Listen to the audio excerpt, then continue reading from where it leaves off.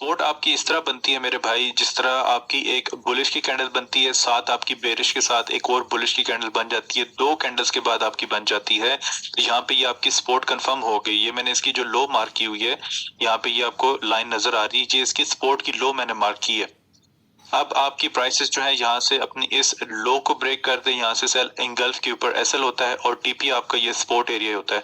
अब जोन आप लोगों ने मार्क करना है कि मेरे पास 16 पिप्स का एसएल है, तो तकरीबन 16 दूने 32 पिप का मेरा टीपी होना चाहिए। लेकिन अब इसमें क्या होता है कि हम लोगों ने वेट करना होता है। अब मुझे इस तरह की कोई कंफर्मेशन मिलती है, यहाँ पे क्लीन रेंज मिलेगी, आप लोगों ने एग्जीक्यूशन की है। अब इसके ऊपर कुछ इस तरह के ट्रेड सेटअप्स होते हैं, हाई रिस्क हाई रिवॉर्ड्स होती हैं।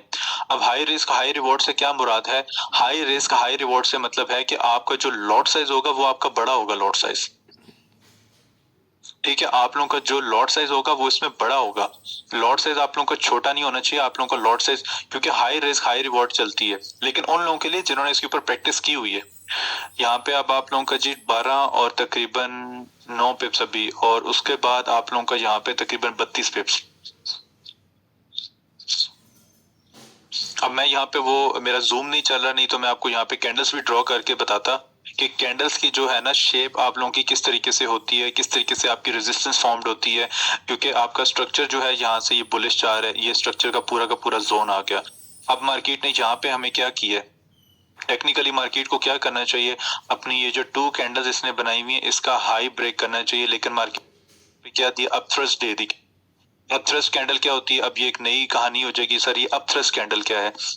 अपथ्रस्ट कैंडल जब मार्केट आपकी यहाँ पे हाई बना देती है, इस तरीके से 2 कैंडल्स बना देती है और उसके साथ सपोर्ट फॉर्म करती है, तो हमेशा एक इनगल्फ कैंडल बनाती है, वेरीफाइड हो जाती है सपोर्ट।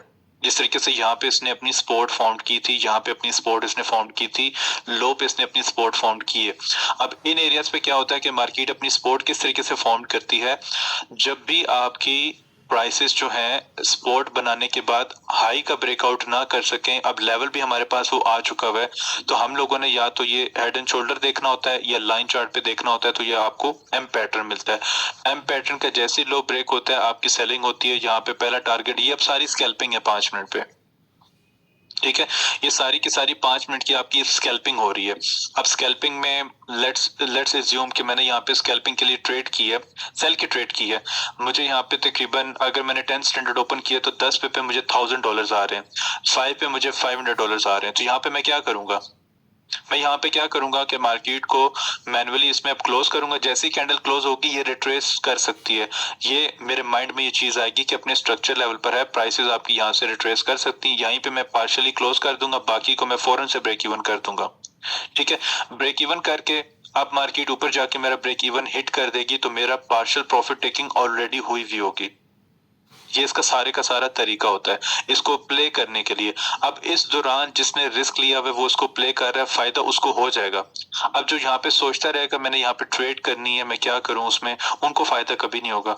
यही सारी की सारी ट्रेडिंग है और इसी को हम लोग ट्रेडिंग बोलते हैं, और इसी ट्रेडिंग के थ्रू आप लोग यहाँ से पैसा बनाते हैं।